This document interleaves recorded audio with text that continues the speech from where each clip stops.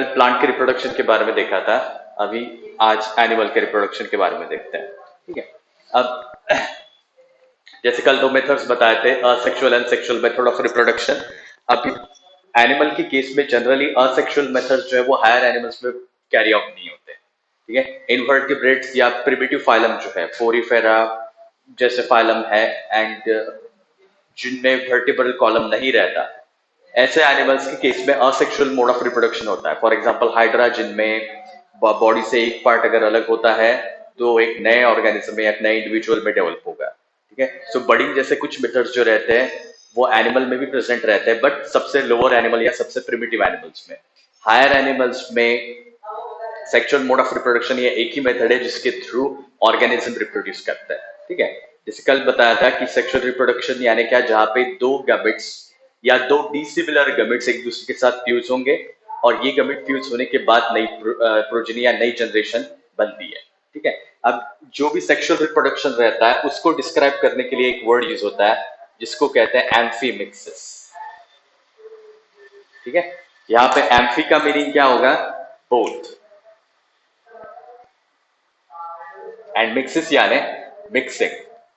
ठीक है। दो कौन सी चीजें मिक्स हो रही है, तो male and female gamete. So these are two dissimilar gamete. ठीक है।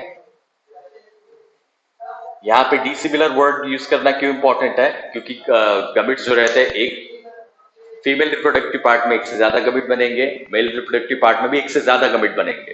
तो ये जो भी सिमिलर गमेट है उनके बीच में फ्यूजन नहीं हो रहा। फ्यूजन किसके बीच में हो रहा है, मेल या फीमेल गमेट के बीच में। ओके। सो इसीलिए उस वहां पे वर्ड क्या यूज करते हैं, fusion between two dissimilar gametes. Okay. अब यहाँ पे डिसिमिलर गमेट्स इसलिए बोला है क्योंकि इसमें साइज में डिफरेंस रहता है। ठीक है। सेक्सुअल रिप्रोडक्शन में अलग अलग टाइप हो सकते हैं। ये किसके बेसिस पे, depending on the size and structure of the gametes. एक अगर अपन प्लांट की बात करते हैं या स्पेसिफिकली और लोअर प्लांट की बात करते हैं, तो वहां पे गमेट्स जो है वो सेम साइज के रह सकते हैं, मतलब मेल और फीमेल गमेट जो है उनकी न्यूक्लियस जो है वो अलग अलग रहेगी, डीएनए कंटेंट अलग रहेगा, बट यहाँ पे सेल्स जो रहते हैं दोनों, उनका साइज सेम रहता है। ठीक है। एक वो केस रहती है जहां पे male and female gamete different रहेंगे, एंड एक थर्ड केस वो रहती है जहां पे मेल गमेट छोटा रहता है एंड मोटाइल रहेगा एंड फीमेल गमेट बड़ा रहता है। ठीक है। अब ये टाइप का रिप्रोडक्शन या ये टाइप की मेथड जो रहती है वो एनिमल में फॉलो होती है। Generally female gamete is large and non motile. ठीक है। Female gamete is large and non motile. उसके कंपैरिजन में मेल गमेट जो रहेगा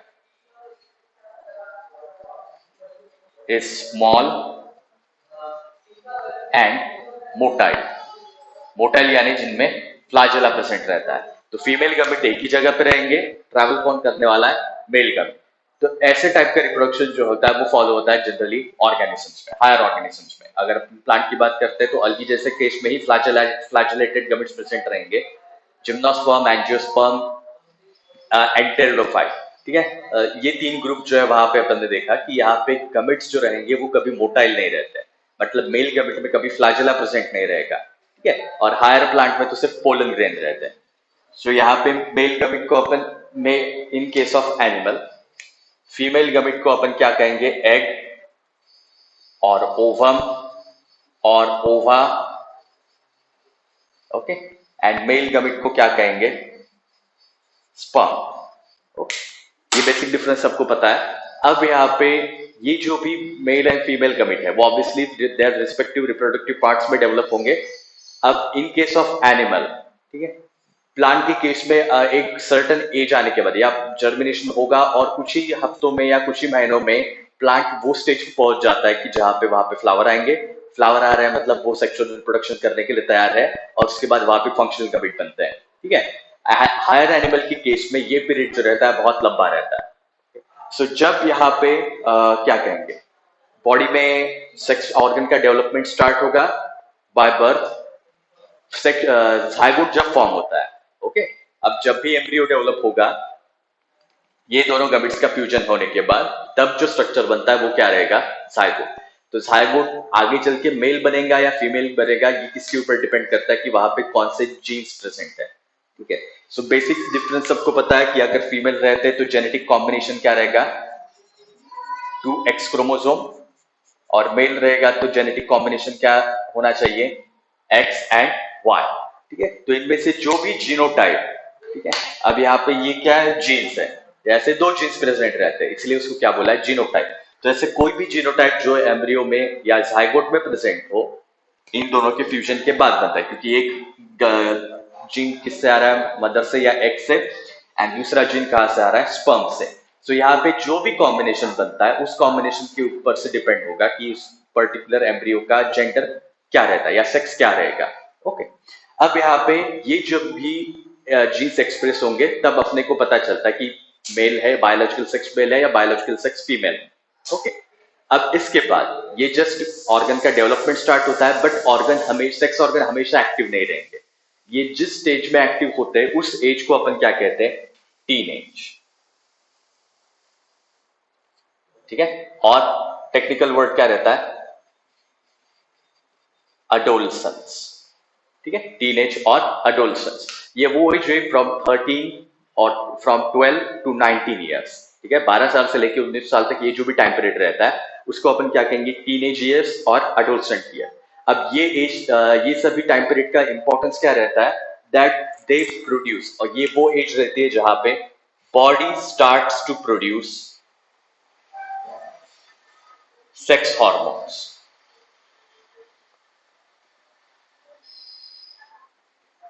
ठीक है, ये वो एज रहता है जहां पे बॉडी सेक्स हार्मोन बनाना स्टार्ट करती है। अब ये सेक्स हार्मोन का काम क्या रहता है, first of all development of sex organ, secondary sex organs,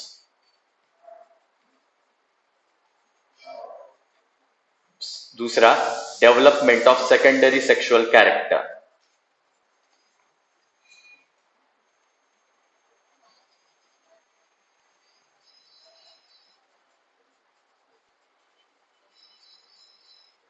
okay, अब यहाँ पे प्राइमरी सेक्स ऑर्गन यानी कौन से, तो टेस्टिस एंड ओवरीज। जो कोई भी पार्ट में एक्चुअल गमिट्स बनते हैं वो सभी पार्ट्स को अपन क्या कहेंगे, प्राइमरी सेक्स ऑर्गन।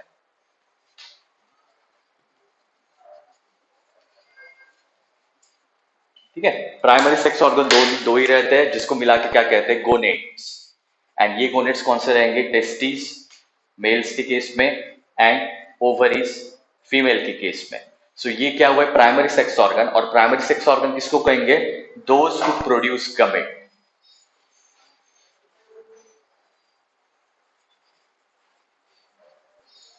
ठीक है, दोज हु प्रोड्यूसेस गमेट। सो जो गमेट्स प्रोड्यूस करते हैं वो उसको क्या कहेंगे, प्राइमरी सेक्स ऑर्गन। एंड बाकी के जितने भी है उन सभी को मिला के क्या कहते हैं, सेकेंडरी सेक्स ऑर्गन्स। ठीक है, जहां पे गमिट्स नहीं बनते, ठीक है, but those who help in process of reproduction.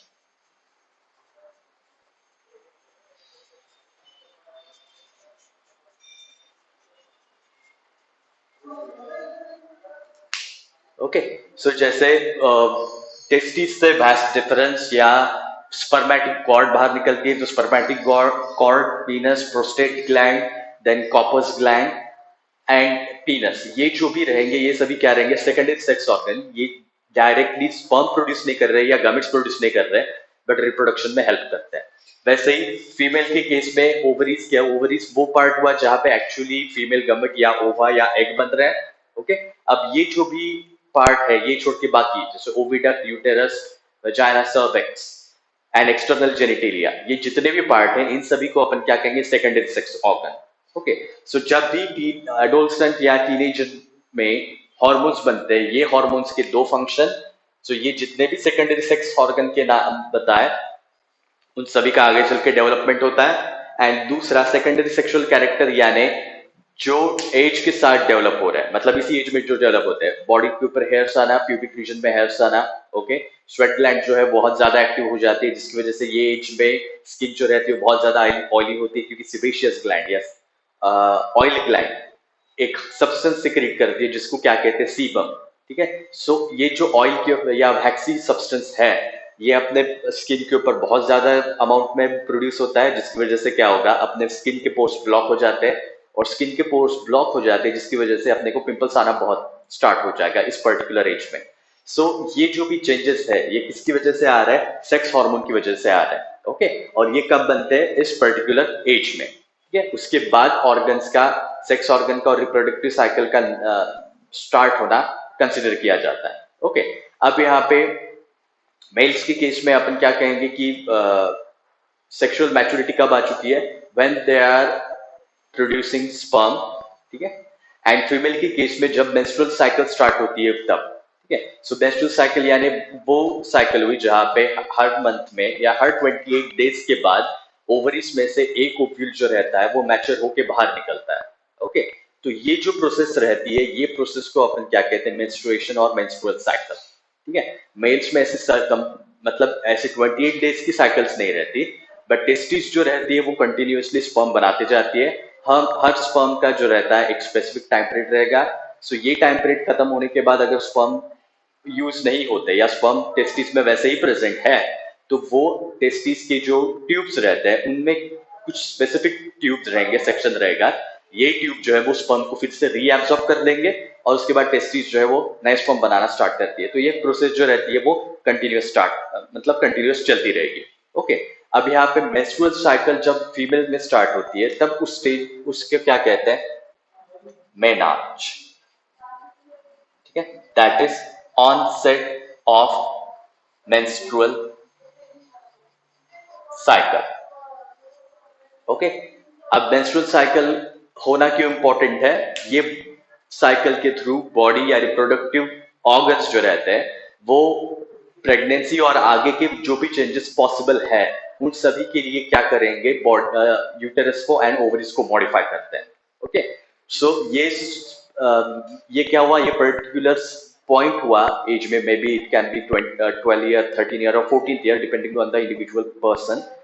But ये जो भी एज रहता है जनरली 12 या 13 एज की जो 12 या 13 साल से स्टार्ट हो सकता है। सो जब पहले मेंस्ट्रुअल साइकिल स्टार्ट होगी सो उसको अपन क्या कहेंगे, मेनार्च। ओके, अब इसका काम क्या रहता है, that is maturation and release of functional गमेट।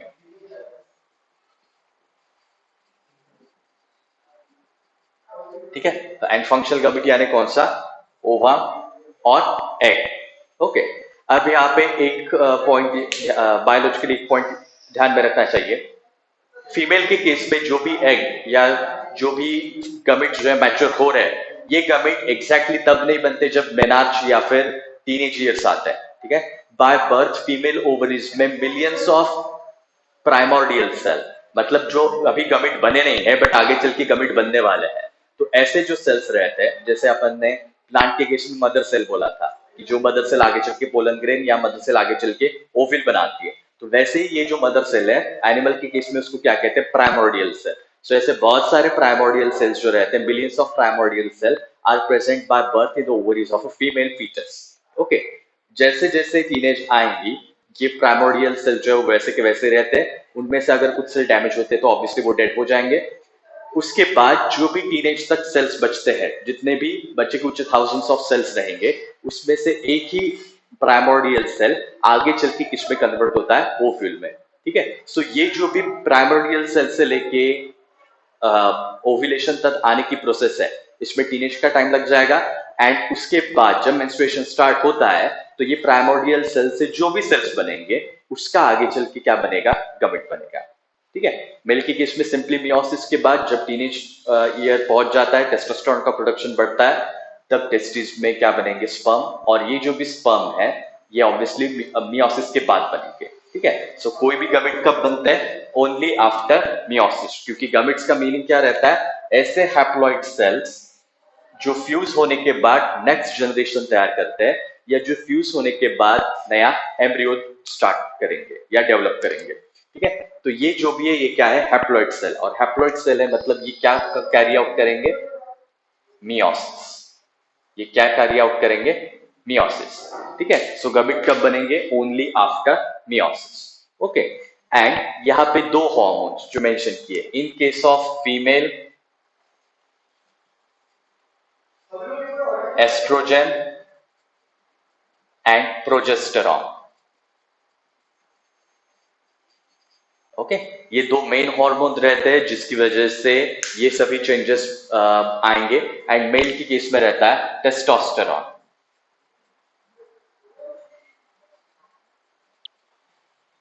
Okay, अब यहाँ पे एस्ट्रोजन का काम क्या रहता है, ये जो भी मेंस्ट्रुअल साइकिल है, ये मेंस्ट्रुअल साइकिल कैरी आउट करना। सो बाय डिफॉल्ट इसका फंक्शन क्या रहेगा, इट प्रोड्यूसेस गमेट्स।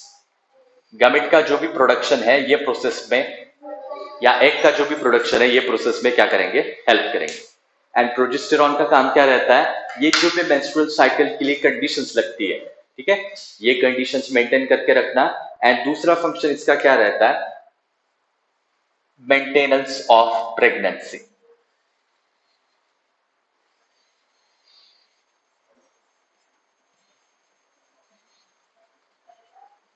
ठीक है, मेंस्ट्रुअल साइकिल में भी इसका रोल रहेगा, but at the same time इसका मेन फंक्शन क्या रहता है, टू मेंटेन प्रेगनेंसी। फर्टिलाइज होने के बाद जो भी एम्ब्रियो यूटेरस में प्रेजेंट है, ये एम्ब्रियो को एक proper nourishment, proper condition provide करना और इसके ऊपर ओवरऑल कंट्रोल करने का काम किसका रहता है, प्रोजेस्टेरॉन का। ठीक है, टेस्टोस्टेरॉन का काम that is production of sperm. Okay, and दूसरा ये दोनों हार्मोन एस्ट्रोजन एंड टेस्टोस्टेरॉन जो यहाँ पे मेंशन किया, development of secondary sexual character. ये दोनों secondary sexual character respectively male and female and male में ये जो भी कैरेक्टर्स डेवलप हो रहे हैं, ये किसकी वजह से डेवलप होते हैं, इन दो हॉर्मोन्स की वजह से। ठीक है, सो मेल्स पे जो भी कैरेक्टर डेवलप होंगे, ठीक है, बियर्ड आना, बॉडी के ऊपर हेयर्स आना, aggressive behaviour and low pitched voice, ये सभी कैरेक्टर्स जो है ये सेकेंडरी सेक्सुअल कैरेक्टर्स हुए। ठीक है, बिकॉज ये सेकेंडरी क्यों बोला है, क्योंकि ये बाय बर्थ प्रेजेंट नहीं रहते। सेक्सुअल कैरेक्टर क्यों बोला है, they occur due to action of sex hormone. ठीक है, ये सभी कैरेक्टर्स क्यों डेवलप हो रहे हैं, क्योंकि वहां पे सेक्स ऑर्गन से सेक्स हार्मोन रिलीज हो रही है, जिसकी वजह से ये कैरेक्टर डेवलप हो रहे हैं। इसलिए वर्ड क्या यूज किया है, secondary sexual character. Okay, character अलग चीज हुई, सेकेंडरी सेक्स ऑर्गन अलग चीज हुई। ओके, सो ये दोनों कैरेक्टर्स डेवलप होने के लिए मेल एंड फीमेल में ये हार्मोन चाहिए। नेक्स्ट अपन देखते हैं कि ये जब भी गमेट्स फॉर्म हो रहे हैं उस प्रोसेस को क्या कहते हैं, गमेटोजेनेसिस।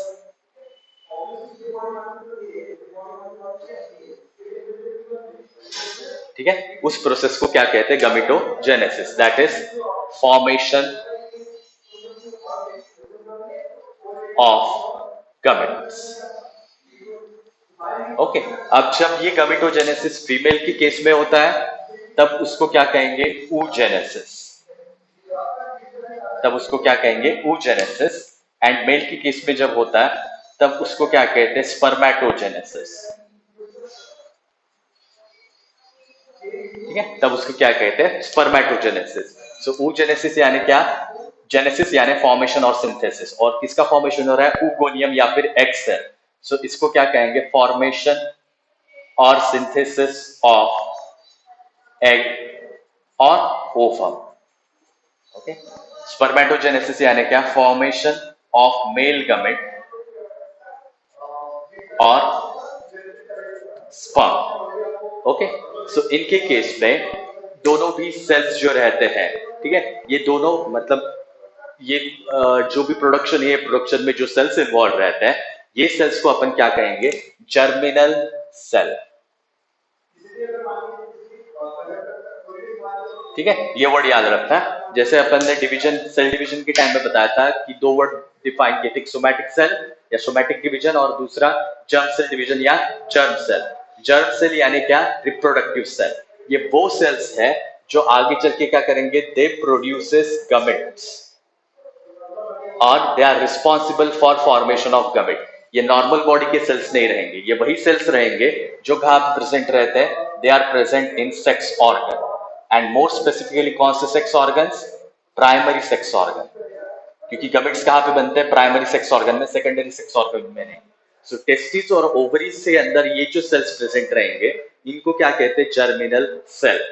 अब टेक्निकली ये जो भी सेल्स रहते हैं ये एपिथेलियल सेल का मॉडिफिकेशन रहता है, या जनरली एपिथेलियल सेल्स रहते हैं, इसीलिए इसको दूसरा नाम क्या रहता है, जर्मिनल एपिथेलियम। एपिथेलियल सेल एक बेसिक टाइप ऑफ टिश्यू है एनिमल के बॉडी में, तो उनसे ये सेल्स आगे चल के गमिट बनाते हैं, इसलिए इसको क्या बोला है, germinal epithelial cell.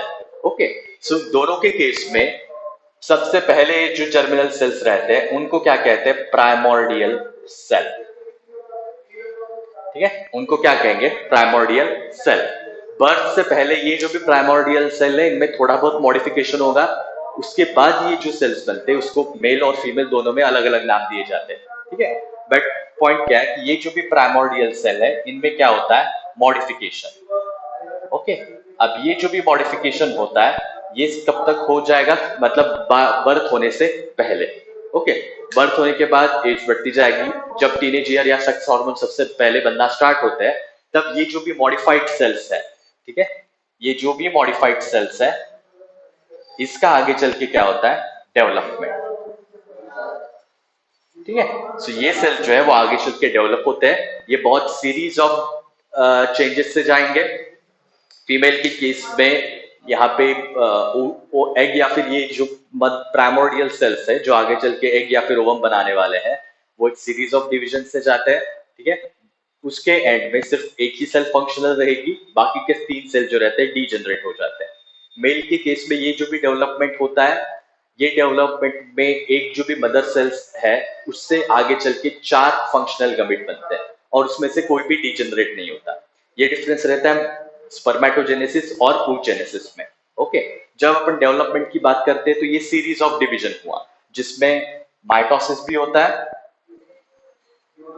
And meiosis भी होता है। इनिशियल स्टेज जो है, ये इनिशियल स्टेज में माइटोसिस होगा, मतलब जहां पे क्रोमोसोम नंबर वैसा का वैसा ही रहेगा, उसमें कोई चेंज नहीं आता। उसके बाद जब गमिट्स बनते हैं तो गमिट बनते टाइम पे जो स्टेज होगी वो क्या रहेगी, मियोसिस।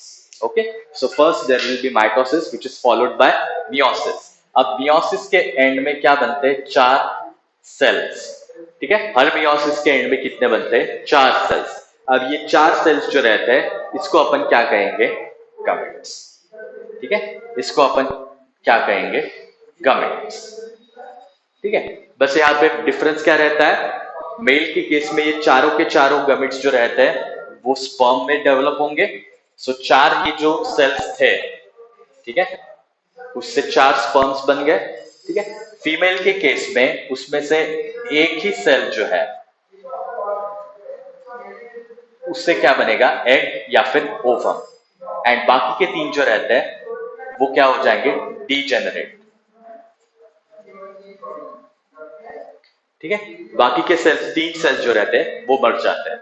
ओके, वो मतलब उनका काम नहीं रहता, या वो फंक्शनल गैमेट के फॉर्म में नहीं रहते, वो दूसरे सेल्स के फॉर्म में रहते हैं, क्योंकि ये बाकी के 3 सेल्स जो रहते हैं उसमें से जो भी साइटोप्लाज्म रहता है उससे ज्यादा पार्ट जो है वो पहले सेल में या एक ही एक सेल में डिपॉजिट होगा, जिसकी वजह से ये एक सेल जो रहती है वो साइज में बहुत बड़ी रहती है।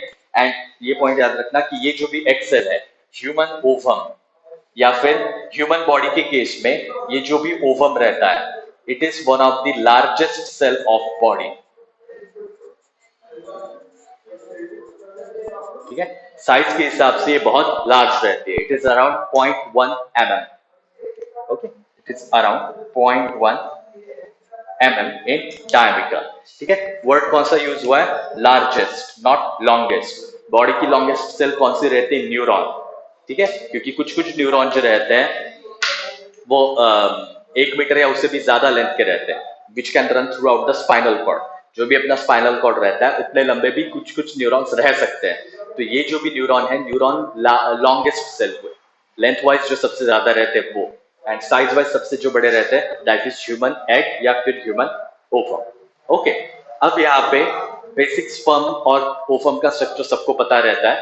ठीक है, अब फर्टिलाइजेशन के टाइम पे क्या होगा, जब भी सेक्सुअल इंटरकोर्स कंप्लीट होता है उस केस में फीमेल रिप्रोडक्टिव पार्ट में क्या रिलीज होगा, स्पर्म, ठीक है, एक एक टाइम पे या एक इजैकुलेशन में 300 मिलियन स्पर्म तक, 2 to 300 मिलियन स्पर्म जो है वो रिलीज होते हैं, बट उनमें से कोई एक ही स्पर्म रहता है जो ओवम तक पहुंचता है। ठीक है, अब यहाँ पे फर्टिलाइजेशन जो है ये बहुत क्या कहेंगे, एट द सेम टाइम सबसे सिंपल भी प्रोसेस है, एट द सेम टाइम उतनी ज्यादा कॉम्प्लिकेटेड भी है। ठीक है, कहने का मीनिंग क्या है, ओवम जो रहती है उसकी वॉल एक स्पेसिफिक केमिकल से बनती है। ओके, ओवम की वॉल जो रहती है वो एक स्पेसिफिक केमिकल की वजह से बनती है, और ये जो भी स्पेसिफिक केमिकल है, ठीक है, उसको न्यूट्रलाइज करने के लिए या उसको डाइजेस्ट करने के लिए जो एंजाइम्स रहते हैं वो स्पर्म में प्रेजेंट रहेंगे। ओके, स्पर्म का जो हेड रहता है, ये हेड में एंजाइम्स प्रेजेंट रहते हैं। अब ये एंजाइम्स और ये दोनों वॉल के बीच में जो भी केमिकल रिएक्शन होती है ये इंपॉर्टेंट है। Why? Because this interaction is species specific.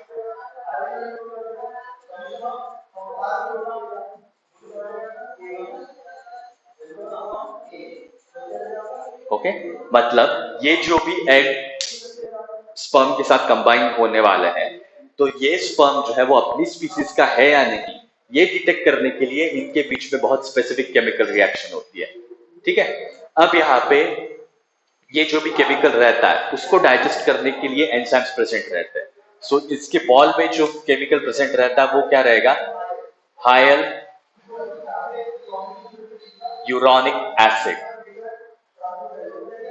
ठीक है, एग की जो बॉल रहती है उसमें केमिकल कंपाउंड रहेगा, मतलब बहुत सारे सेल्स रहेंगे यहाँ पे, और ये सेल्स एक दूसरे के साथ चिपके हुए हैं, और वो क्यों चिपके, क्योंकि वहां पे क्या प्रेजेंट रहता है, हायर यूरोनिक एसिड।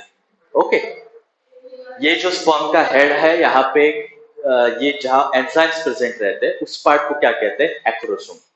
ओके, सो ये जो भी एक्रोसोम रहता है यहाँ पे जो एंजाइम प्रेजेंट रहेगा वो कौन सा रहेगा, हायर यूरोनिडेज। ठीक है, ये एक्रोसोम के अंदर कौन सा एंजाइम प्रेजेंट रहता है, हायर यूरोनिडेज। एंड में ASE है, मतलब क्या है, वो एंजाइम है। सो ये वो एंजाइम हुआ जो स्पेसिफिकली किसको डाइजेस्ट कर सकता है, हाइड्रोनिक एसिड को, जो ये पूरे वॉल में प्रेजेंट रहता है। ओके, सो ये जो भी रिएक्शन है क्या बोला है, ये स्पीसीज स्पेसिफिक रिएक्शन रहती है। ठीक है, अपनी स्पीसीज का स्पर्म है या नहीं ये डिटेक्ट करने के लिए। सो ये एक पर्टिकुलर रिएक्शन कैरी आउट होगी। उसके बाद नेक्स्ट क्या होता है, ये जो भी स्पर्म का हेड है ये वॉल को ब्रीच करके अंदर जो प्लाज्मा मेम्ब्रेन रहती है इस प्लाज्मा मेम्ब्रेन से अटैच हो जाएगा। ठीक है, अब इसके बाद दूसरी चेन रिएक्शन होती है जिसकी वजह से क्या होगा, यहाँ पे अंदर प्लाज्मा मेम्ब्रेन के साइड पे फीमेल गमेट में कुछ केमिकल प्रेजेंट रहते हैं, और ये केमिकल सेंसिटिव रहते हैं किसके लिए, स्पर्म के लिए। तो स्पर्म और इसमें जब भी क्या होगा, फ्यूजन होगा, ये फ्यूजन होने के बाद एक और चेन रिएक्शन कैरी आउट होती है। ये चेन रिएक्शन से यहाँ पे एक एक्स्ट्रा मेम्ब्रेन बनती है।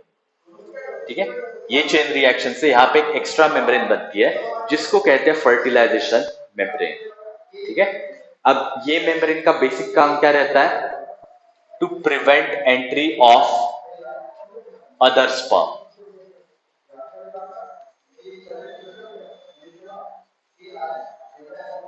ठीक है, ये जो भी लेयर है, ये लेयर का काम क्या रहता है, to prevent entry of other sperm. ठीक है, मतलब यहाँ पे जितने भी बिलियन स्पर्म है उसमें से एक ही फर्टिलाइज करता है, तो ऐसा नहीं कि बाकी के स्पर्म जो है वो यहाँ तक पहुंचते नहीं, वो पहुंचते हैं बट वो ये वॉल अभी क्रॉस नहीं कर सकते। ठीक है, ये पहली वॉल, मतलब ये एसिड तो हर स्पर्म में प्रेजेंट रहता है, तो ये पहली लेयर तो ब्रीच कर सकता है, बट ये सेकंड, ये ब्लू वाली लेयर जो बताई, ये क्रॉस नहीं कर सकता, क्योंकि फर्टिलाइजेशन मेम्ब्रेन का इंपॉर्टेंस क्या रहता है, ये एक ही पहला जो स्पर्म फर्टिलाइज करता है उसी को एंट्री देगा, बाकी के स्पर्म को एंट्री नहीं देता। सो यहाँ पे जितने भी स्पर्म रहेंगे वो पहली वॉल ब्रीच कर सकते हैं, बट ये सेकंड वॉल ब्रीच नहीं कर सकते। ठीक है, अब ये होना क्यों इंपॉर्टेंट है, क्योंकि अगर एक से ज्यादा स्पर्म फर्टिलाइज करते हैं तो वहां पे क्रोमोसोम का नंबर बहुत ज्यादा हो जाएगा। ठीक है, सो अपने में टोटल कितने क्रोमोसोम्स रहते हैं, 46। ओके, अब ये मेल फीमेल गमिट है तो इसके न्यूक्लियस में कितने क्रोमोसोम रहेंगे, 23। ये मेल है तो ऑब्वियसली इसके भी न्यूक्लियस में कितने रहेंगे? 23। ओके, अब ये जो भी 23 और 23 क्रोमोसोम है, ये मिलके क्या बनेगी? एक डिप्लॉइड सेल, जिसको अपन क्या कहेंगे फर्टिलाइजेशन के बाद? जाइगोट। अगर यहाँ पे एक से ज्यादा स्पर्म होंगे तो इसमें से और 23 ऐड होंगे, और ज्यादा स्पर्म होंगे तो और 23 ऐड होगा। और नॉर्मली ऑर्गेनिज्म कब फंक्शनल रहते हैं? जब वो कैसे रहेंगे? डिप्लॉइड। सो ये डिप्लॉइड नंबर को रिस्टोर करने के लिए फर्टिलाइजेशन हो रहा है। ठीक है, नई जनरेशन तो बनती है, बट फर्टिलाइजेशन होने का दूसरा सिग्निफिकेंस क्या है कि स्पीसीज का जो डिप्लॉइड नंबर रहता है वो रिस्टोर होता है। अगर यहाँ पे एक से ज्यादा स्पर्म ऐड होंगे तो डिप्लॉइड नंबर मेंटेन नहीं रहेगा। इसीलिए ये मेम्ब्रेन बनना इंपॉर्टेंट है। ठीक है, इसीलिए पहले स्पर्म के साथ रिएक्शन होने के बाद ये मेम्ब्रेन बनती है। ओके, अब यहाँ पे इसमें पहला स्टेप जो रहता है, ये स्टेज जो स्पेशल मेंशन किया, इसको अपन क्या कहते हैं? एम्फीमिक्सिस, दो गैमेट्स का फ्यूजन। ओके, अब ये एम्फीमिक्सिस में जब ये दोनों न्यूक्लिया एक दूसरे से मिलते हैं, ठीक है, ये फीमेल प्रोन्यूक्लिया और ये मेल प्रोन्यूक्लिया या सिंपली न्यूक्लिया। सो ये मेल एंड फीमेल न्यूक्लिया जब एक दूसरे के साथ मिलेंगे तो क्या होगा? There is a mixing of DNA और मिक्सिंग ऑफ जेनेटिक मटेरियल। शुरुआत शुरुआत ये जो भी डीएनए मिक्स हो रहा है, ये मिक्सिंग को क्या कहते हैं? कैरियोगैमी। ठीक है, गैमोस मीन्स फ्यूजन और marriage, carry on means nucleus और शेल। तो यहाँ पे न्यूक्लियस का पहले फ्यूजन हो रहा है। सो जब डीएनए मिक्स होगा एक दूसरे के साथ, तब उसको क्या कहते हैं? कैरियोगैमी। ठीक है, डिवीजन आगे आगे कंप्लीट होगा। यहाँ पे जो भी है साइटोप्लाज्म जो है, उसमें जो भी अलग अलग कंपोनेंट रहेंगे वो धीरे धीरे खुद में चेंज या मॉडिफिकेशन लाते हैं। ठीक है, अब इन सब में एक चीज याद रखना कि मेल गमेट जो रहता है वो सिर्फ और सिर्फ डीएनए देता है, एंड इसके अलावा दो कंपोनेंट यहां पे देगा, दैट इज सेंट्रियोल।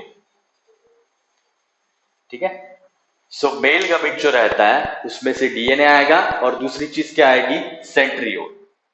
ठीक है, और सेंट्रियोल का काम क्या रहता है? स्पिंडल एपरेटस बनाना। इसके बाद ये जो भी नए सेल डिवीजन होंगे, ये ऑब्वियसली किसके थ्रू होंगे? माइटोसिस के थ्रू होंगे। तो माइटोसिस के थ्रू ये जो भी नेक्स्ट डिवीजन कैरी आउट हो रहे हैं, तो यहाँ पे क्या बनेगा? Spindle apparatus. जैसे ये दोनों प्रोन्यूक्लिया मिक्स हो गए, डीएनए मिक्स हो गया, उसके बाद यहाँ पे क्या बनने वाला है? क्रोमोसोम। ओके, सो ये जितने भी क्रोमोसोम्स है,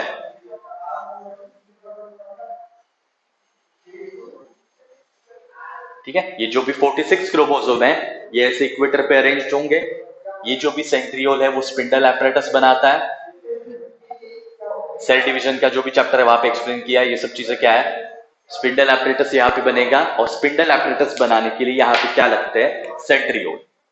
ठीक है, सो गमेट का फ्यूजन होना है या रिप्रोडक्शन का सिग्निफिकेंस क्या रहता है? फर्स्ट ऑफ ऑल नए जनरेशन या नया जायगोट बन रहा है, नया एम्ब्रियो बन रहा है, बाय डिफॉल्ट नई जनरेशन बन रही है।